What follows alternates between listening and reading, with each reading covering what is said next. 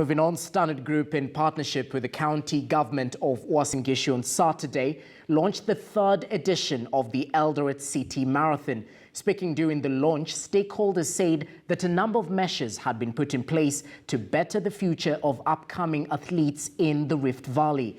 The marathon saw more than 700,000 tree seedlings planted last year, with the number expected to rise in this year's edition. A good career. Our TV channels, KTN News, which is our news channel, and KTN Home, our family our great family view gives a great family viewing, is also leading in this region. Our Radio Maisha, I think I don't need to introduce that one because it's very popular here. And we have introduced recently Spice FM, music from the 90s, and Vibes for the youth, which plays reggae.